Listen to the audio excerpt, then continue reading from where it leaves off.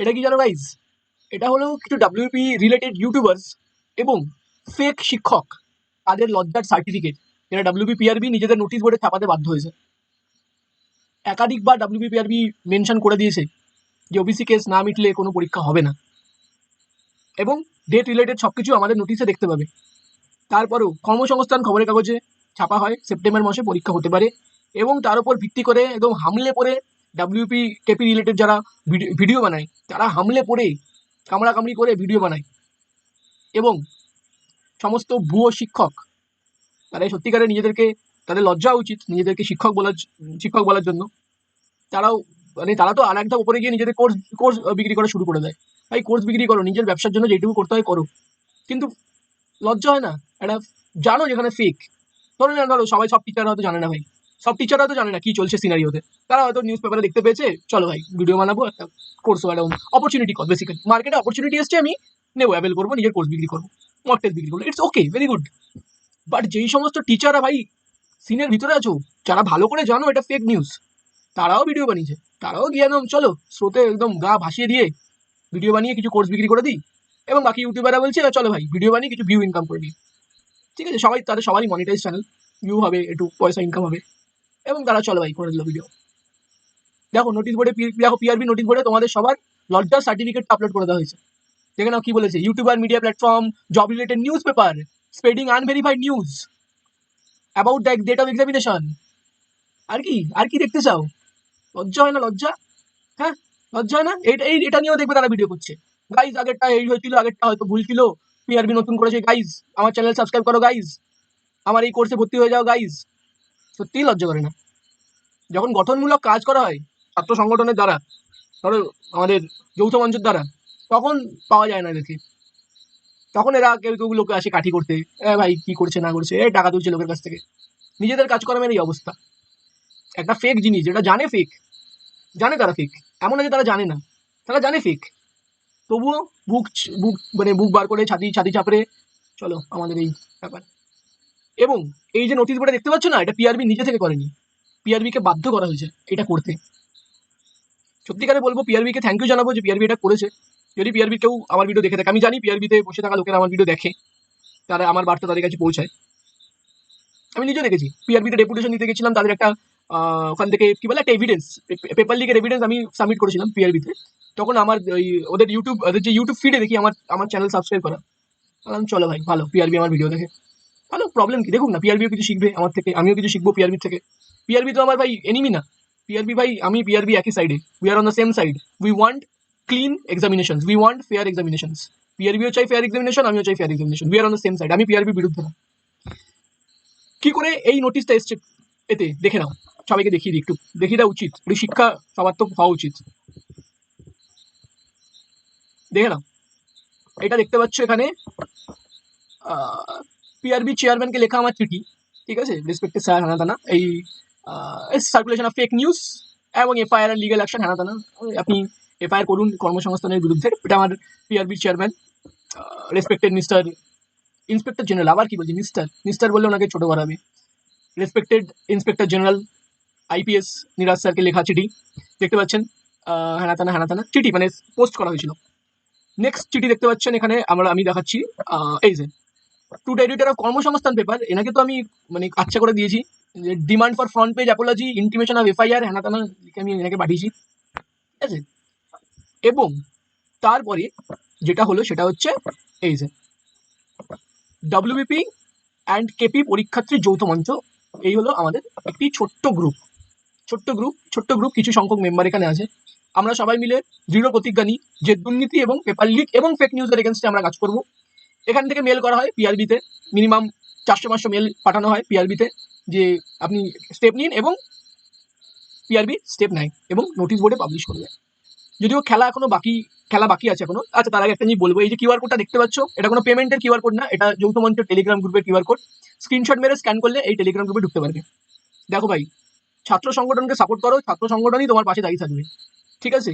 কোনো এই ওই সেই বাংলার খানসার ইত্যাদি ইত্যাদি ইউটিউবার, কোনো টিচার, কোনো কোচিং ইনস্টিটিউট, সব ভাই নিজের ধান্দায় আছে, ঠিক আছে। কোথা থেকে দুটো ভিউ পাবো, কোথা থেকে দুটো কোর্স বিক্রি করবো, দিনের শেষে ভাই যে তোমার হয়ে কাজ করছে, এই যে যৌথ মঞ্চ, ঢুকে যাও, জয়েন করে যাও।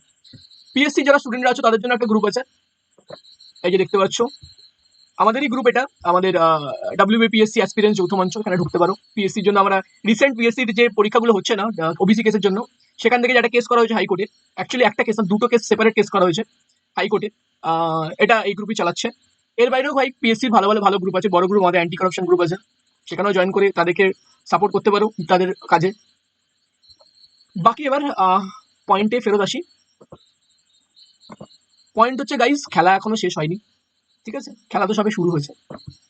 কর্মসংস্থানের বিরুদ্ধে তো এখনো স্টেপ নেওয়া বাকি আছে, আগে দেখি কর্মসংস্থানের কি রিপ্লাই আসে, রিপ্লাই এলে বোঝা যাবে ওরা কি, ওদের কি বক্তব্য, তারপর ওদের এগেন্সে তো স্টেপ নেওয়া এখনো বাকি আছে।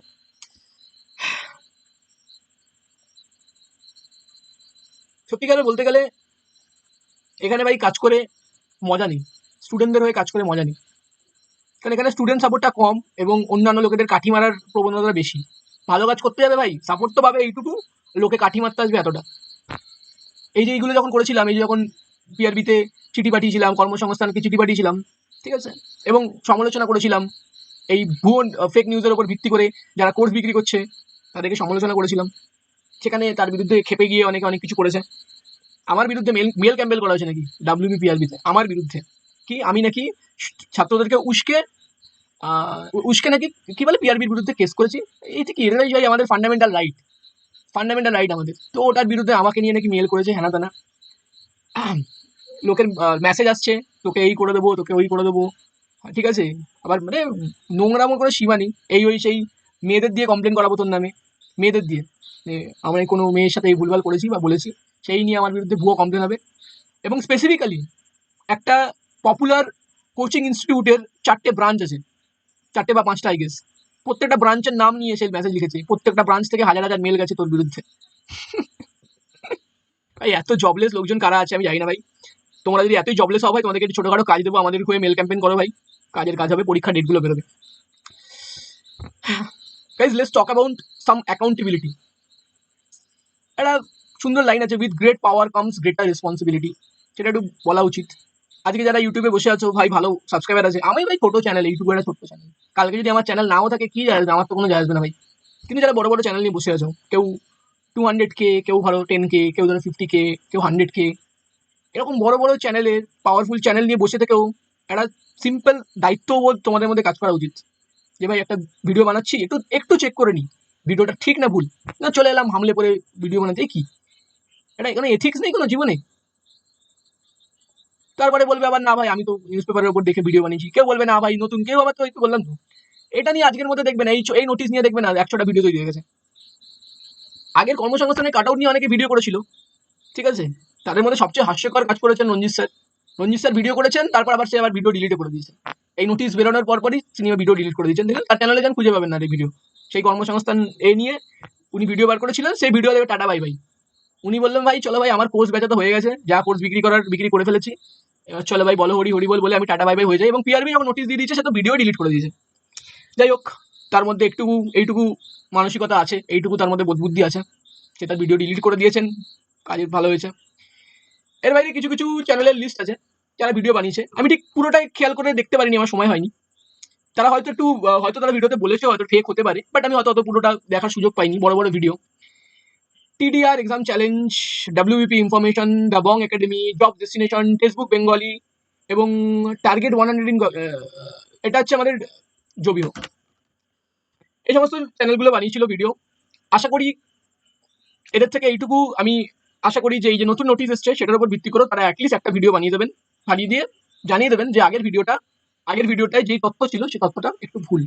এর বাইরেও অনেক ইউটিউব চ্যানেল আছে আমি পার্সোনালি চিনি, এমনও ইউটিউব চ্যানেল আছে আমার সাথে যাদের ঘনিষ্ঠতা, এমনও ইউটিউব চ্যানেল আছে তারা নিজেরাও জানে আমি কাদের কথা বলছি, তাদের থেকেও আমি এক্সপেক্ট করবো যে তারাও যেন এই নতুন নোটিশ নিয়ে একটা ভিডিও ছেড়ে দেয়। আগের ভিডিওতে কমেন্টে 2-3 জন লিখেছে যে তুমি এই আর্মির জামা পরে কেন ভিডিও বানাচ্ছ, আর্ম ফোর্সের জামা, এটা অ্যাকচুয়ালি ট্রি বলেছে নাকি ভাই, আমার নাকি এইসব লিখেছে তোমার লজ্জা উচিত, আর্মির জামা পরে আর্মিকে অপমান করছো, বলে ভাই এই আর্মির জামা পরে ভিডিও বানিয়ে আর্মিকে কি করে অপমান করা হচ্ছে আমি তো বুঝতে পারছি না ভাই, বোকা বোকা কথাবার্তা। আর আমি একটা জিনিস বলবো যে ভাই আমি আমার অধিকারের আন্ডারে এই জামাটা পরে আছি, ঠিক আছে, এই জামাটা আমি দোকান থেকে কিনিনি, এই জামাটা আমার মামার জামা, মামার জামা কি ইউনিফর্ম, এটা মামা আমাকে দিয়ে দিয়েছে, বলে নে তুই পড়লে পর। আমার মামার ব্যাপারে একটু বলি, একটু তোমাদের অনেকের জন্য, অনেকেই তোমরা সবাই আর্ম ফোর্সেসে যাওয়ার চেষ্টা করছো। আমার মামা উড বি একটা এক্সাম্পল, তোমাদের সবার জন্য একটা ইন্সপিরেশন হতে পারে।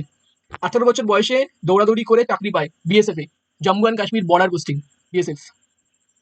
তারপরে নিজের কাজ করে করে করে করে ডিপার্টমেন্টাল ট্রান্সফার অ্যান্ড প্রমোশন পায়, পেয়ে সিআরপিএফ হয়। সেখান থেকে আবার প্রমোশন পেতে পেতে পেতে পেতে প্রাইম মিনিস্টার নরেন্দ্র মোদীর আন্ডারে পোস্টিং ছিল, পার্সোনাল সিকিউরিটি গার্ড, এনএসজির আন্ডারে পোস্টিং ছিল। তারপরে কারেন্টলি এখন গভর্নমেন্ট অফ ওয়েস্ট বেঙ্গলের আন্ডারে যারা ভিভিআইপি আছে তাদের পার্সোনাল সিকিউরিটি গার্ড হিসেবে উনি কাজ করছেন। এখন এমএলএ সিকিউরিটি বা সিএম সিকিউরিটি এইসবের আন্ডারে ওনার কাজ চলে। তো দেখো, 18 বছর বয়সে চাকরি দৌড়াদৌড়ি করে চাকরি পেয়ে সেখানে ঢুকে নিজের ক্যারিয়ারে কোথায় গিয়ে দাঁড়িয়েছে, কোন পয়েন্টে গিয়ে দাঁড়িয়েছে। তো সবার জন্য ভাই একটা ইন্সপিরেশন, ছোট্ট একটা গল্প শেয়ার করে দিয়ে গেলাম। কোনোদিন যদি সুযোগ পাই আমার চ্যানেলে আমার মামাকে নিয়ে এসে তার সাথে কথা বলাবো, ভাই কি দারুণ লোক দেখতে পাবে, তার অ্যাটিটিউড দেখতে পাবে, আলাদা লেভেলের অ্যাটিটিউড, আলাদা লেভেলের অ্যাটিটিউড ছেলে। কোনো মনে কোনো ভয় নেই, দেশের প্রতি ভক্তি, হেভি ভক্তি ভাই, দেশকে প্রচুর ভালোবাসে। নট লাইক আমি ভালোবাসি না, উনি আরো অনেক আমার থেকে অনেক বেশি ভালোবাসে। চলো ভাই, থ্যাংক ইউ সো মাচ। ভিডিওটা বানালাম, মনে হলো ইচ্ছে হলো একটু বানাই। প্রথমে ফার্স্টে ভাবছিলাম ভাই এইসব ফালতু ভিডিও মানে কি হবে, চলো নোটিস তো এসে গেছে, কিন্তু আমার মনে হলো ভাই একটু কিছু লোককে মনে করিয়ে দেওয়া উচিত। এবং আমার উপরে যে সমস্ত পার্সোনাল অ্যাটাকস হয়েছে সেগুলোকে আমি হাসি মুখে মেনে নিচ্ছি ভাই, আমার প্রত্যেকারে কোনো যায় আসে না। এই যে গায়ের চামড়া না খুব মোটা ভাই, খুব মোটা, গায়ের চামড়া খুব মোটা। ছোট একটা ইনফরমেশন দেওয়ার ছিল। কোর্ট খুললেই, এই কোর্টে এখন বোধহয় ছুটি চলছে, 14 দিনের ছুটি চলছে, কোর্ট খুললেই দিনের দিনে ফাইল হতে চলেছে পিএসসির কেস, জাস্টিস আমাদের অনিরুদ্ধ রায়ের ঘরে। কেসের মূল আমাদের বক্তব্য থাকবে যে ওবিসি বাহানার যে জটিলতার একটু কিছু হিন্ট দিয়ে দিয়েছেন জাস্টিস কৌশিক চন্দ্র সিঙ্গেল বেঞ্চ, সেটার উপর মেনে যেন নতুন আমাদের কি বলে ইন্ডিকেটিভ নোটিফিকেশনগুলো যেন বার করে দেওয়া হয়, এটা প্রথম দাবি থাকবে। দ্বিতীয় দাবি এটাও অ্যাড করা হবে, এই যে আমাদের কি বলে ক্লার্কশিপ মিসেলেনিয়াসের পরীক্ষাগুলো ওগুলো ঝুলে গেছে, প্রবাবলি ওবিসি কেসের জন্য, প্রবাবলি নট শিওর এখন অবধি। সেটা নিয়েও একটু প্রশ্ন করা হবে কমিশনকে যে ভাই কি বক্তব্য একটু বলুন, যদি ওবিসি কেসের জন্য ফেসে থাকে তাহলে কি করণীয় সেটাও জাস্টিস চন্দ্র বলে দিয়েছেন, যে অনগোয়িং গুলোতে নিয়ে কি করতে হবে সেটাও বলে দিয়েছেন। তো এসব মেনে তো ভাই করে ফেলো। Thank you so much, have a nice day.